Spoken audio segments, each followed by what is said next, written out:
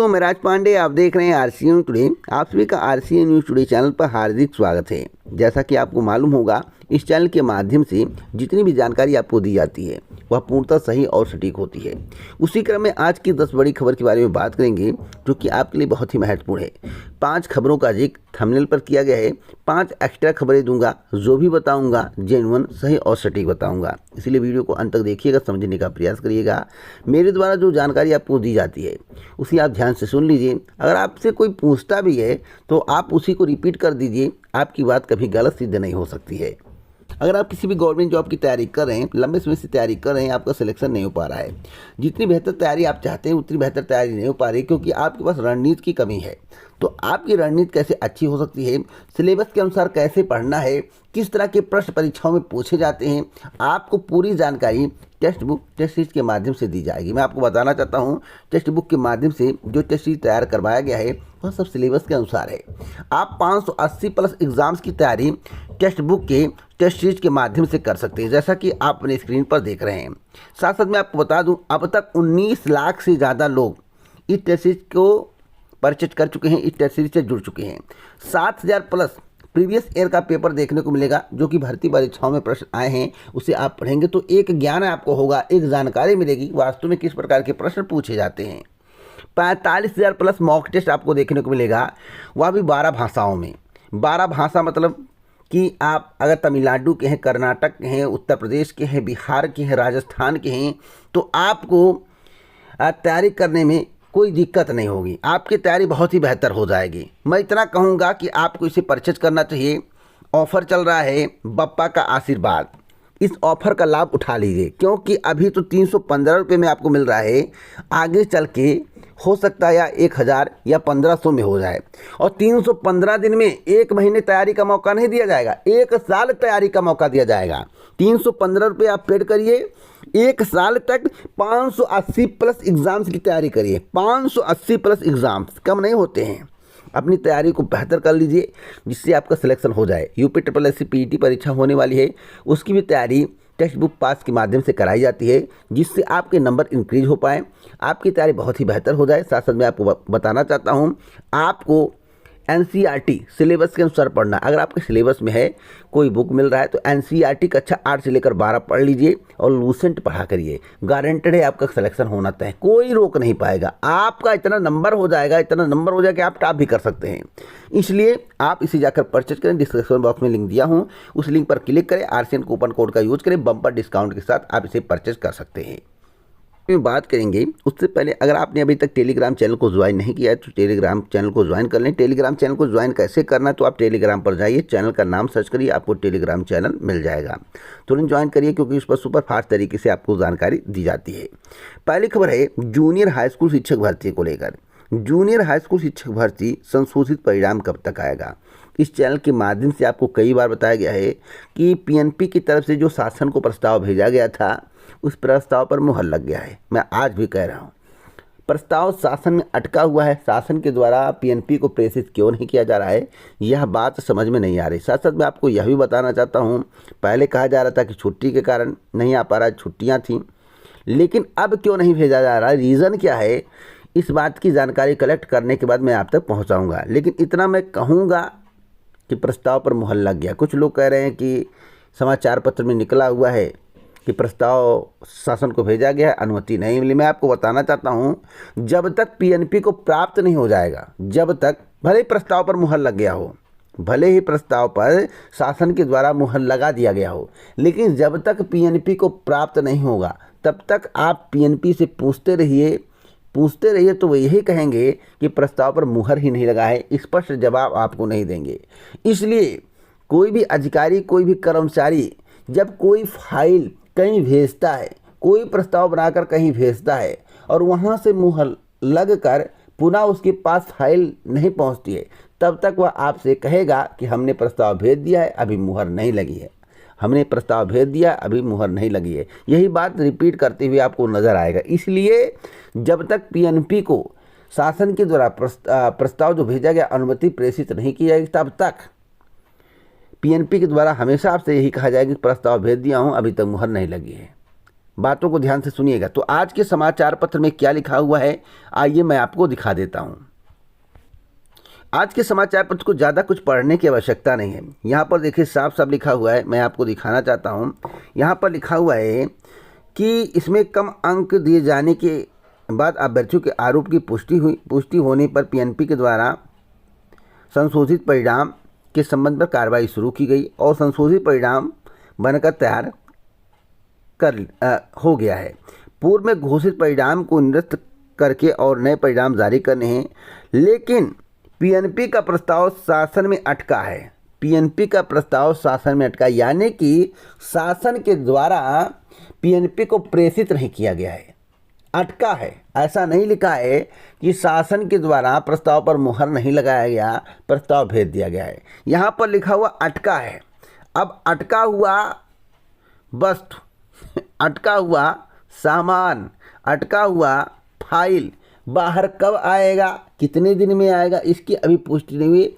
मैंने कहा कि 4 दिन वेट करिए, आपको कुछ ना कुछ खबर मिल जाएगी। तो 4 दिन आपको वेट करने की आवश्यकता है, कल ही मेरे द्वारा बताया गया है। इससे आगे मैं कुछ नहीं बताऊंगा।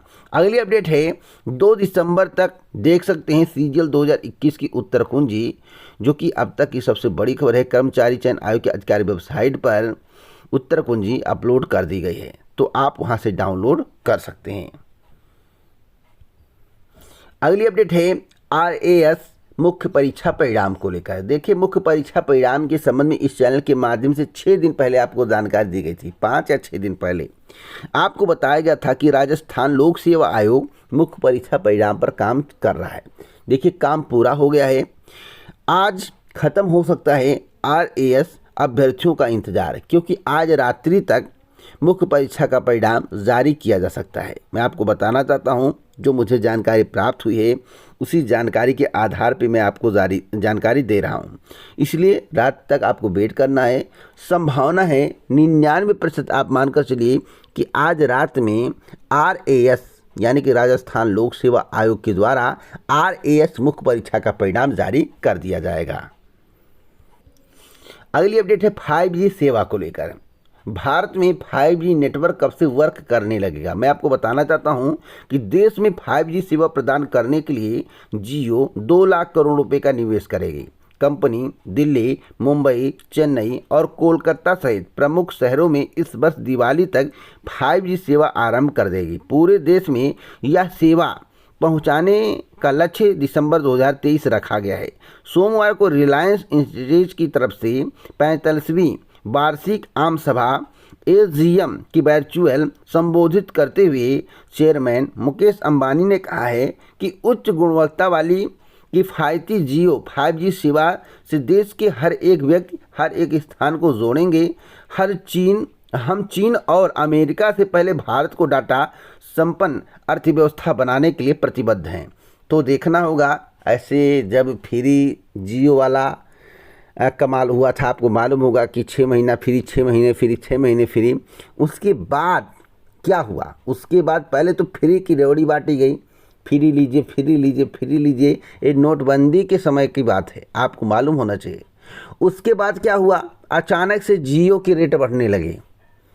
अब आप रिचार्ज करवाएंगे तो आपको एहसास हो जाएगा पहले और अब में अंतर क्या है। तो इसलिए वादों पर ज़्यादा ध्यान नहीं देना चाहिए, क्या हो रहा है, क्या हो गया है, इस पर ध्यान देना चाहिए। अगली अपडेट है आरपीएफ भर्ती में बड़ा झटका देने की तैयारी। क्या झटका देने की तैयारी है, मैं आपको पूरी खबर सुनाऊंगा और आपको इस बात का एहसास हो जाएगा कि वास्तव में क्या हो रहा है। आज के समाचार पत्र में बताया गया कि आरपीएफ को गृह मंत्रालय के अधीन लाने की तैयारी। क्यों लाने की तैयारी, इस पर भी बात करेंगे। खर्च कम करने की कोशिश के तहत रेलवे सुरक्षा बल यानी कि आरपीएफ और रेलवे सुरक्षा विशेष बल को केंद्रीय गृह मंत्रालय के अधीन लाया जा सकता है। रेलवे में आरपीएफ की भूमिका को लेकर गठित 6 सदस्यीय समिति ने 20 पेज की अपनी रिपोर्ट मंत्रालय को सौंप दी है। अब रेल मंत्री पर निर्भर करता है कि वह क्या फैसला लेते हैं।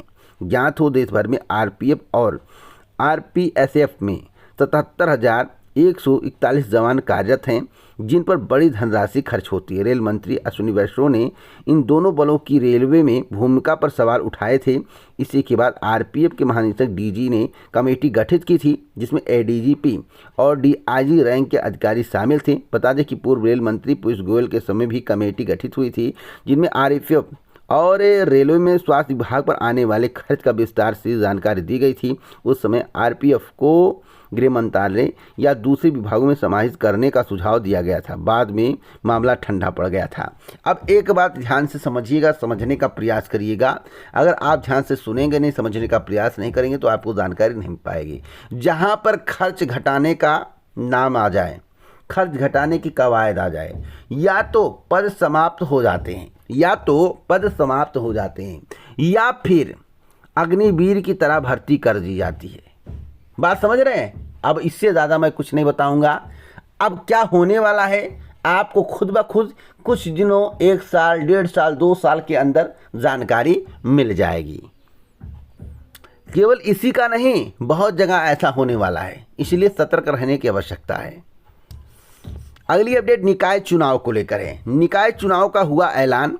किस महीने निकाय चुनाव कराने की तैयारी हो रही है, इस पर बात करेंगे। तो उत्तर प्रदेश में निकाय चुनाव को लेकर अब तक की सबसे बड़ी अपडेट है।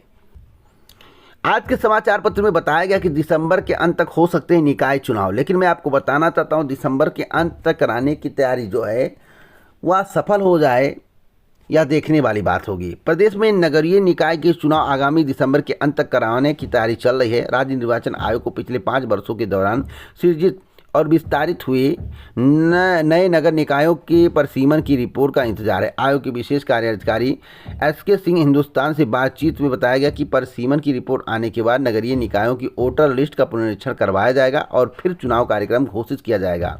सोशल मीडिया पर वायरल हो रहे नगरीय निकायों के चुनाव कार्यक्रम को फर्जी करार देते हुए उन्होंने स्पष्ट किया है कि आयोग ने अभी कोई सूचना जारी नहीं की है। लेकिन मैं आप सभी को बताना चाहता हूँ, अब तक की सबसे बड़ी खबर देना चाहता हूँ कि निकाय चुनाव जनवरी या फिर फरवरी माह तक होंगे। जनवरी 2023 या फरवरी माह तक, मुझे जहाँ तक जानकारी, उसके आगे कोई अपडेट होगी तो मैं आपको अवश्य दूंगा। अगली अपडेट डीएलएड काउंसलिंग को लेकर है। डीएलएड प्रवेश को दूसरा चरण आज से। मैं आपको बताना चाहता हूं डिप्लोमा इन एलिमेंट्री एजुकेशन यानी कि डीएलएड 2022 में प्रवेश से वंचित रह गए अभ्यर्थियों को उत्तर प्रदेश परीक्षा नियामक प्राधिकार यानी कि पीएनपी के द्वारा एक और अवसर दिया गया है। शासन की अनुमति से पीएनपी सचिव अनिल भूषण चतुर्वेदी की ओर से रजिस्ट्रार मनोज कुमार ने विज्ञप्ति जारी कर बताया है कि पहले चरण की प्रवेश प्रक्रिया संपन्न होने के बाद डीएलएड कॉलेजों में वर्गवार श्रेणी रिक्त सीटों की सूची पीएनपी की वेबसाइट पर उपलब्ध है। इस साइट पर उपलब्ध दिशा निर्देश के मुताबिक अभ्यर्थी अधिक से अधिक कॉलेजों का विकल्प चुन सकते हैं। लेकिन मैं आपको बताना चाहता हूँ, लाख कोशिश कर लें, सीटें बहुत ज़्यादा खाली रहेंगे। रुझान क्यों कम हो रहा है? तो मैं बार बार कहता हूँ कि बीटीसी यानी कि डीएलएड वालों के पास अवसर एक है और बीएड वालों के पास अवसर अनेक है। डीएलएड करने के बाद भर्ती के लिए 2-2, 3-3 वर्ष इंतजार करना पड़ता है। 3 भर्ती में उम्र चला जाता है और बीएड वाले कई परीक्षाओं में प्रतिभाग कर पाते हैं। इसलिए डीएलएड की अपेक्षा डीएलएड करने वाले अभ्यर्थी जो पहले सोच रहे थे कि हम डीएलएड करेंगे, वह बीएड की तरफ झुक रहे हैं। जिस दिन बीएड डीएलएड से बाहर हो गया, प्राइमरी से बाहर हो गया, उस दिन डीएलएड का भी स्कोप बढ़ जाएगा, लेकिन तब बढ़ेगा जब भर्ती समय पर आएगी। एक और महत्वपूर्ण जानकारी मैं आपको दे दूं, राफेल सौदे की नए सिरे से जांच नहीं, सुप्रीम कोर्ट ने ठुकराई मांग, फ्रांस से दस्तावेज मंगाने के लिए एलआर जारी करने से इनकार। तो ऐसा क्यों किया जा रहा है? सुप्रीम कोर्ट ने आखिरकार राफेल सौदे की नए सिरे से जांच कराने के आदेश क्यों नहीं दिए? आखिरकार सुप्रीम कोर्ट में जो याचिका दायर की गई थी, जो मांग की गई थी, उसे ठुकरा क्यों दिया गया है? यह बात तो सिद्ध नहीं हो पाई, लेकिन मैं आपको बताना चाहता हूँ, आपको क्या लगता है? मैं यही बताना चाहता हूँ कि इसकी जांच वर्तमान सरकार में कभी नहीं होगी। हाँ, आपको क्या लगता है? कमेंट बॉक्स में जरूर बताइएगा कि राफेल सौदे की नए सिरे से जांच क्यों नहीं हो सकती है। रीजन कमेंट बॉक्स में जरूर लिखना। तो इसी प्रकार की ऑथेंटिक जानकारी के लिए चैनल को सब्सक्राइब करें, बेल आइकन दबाएं, ऑल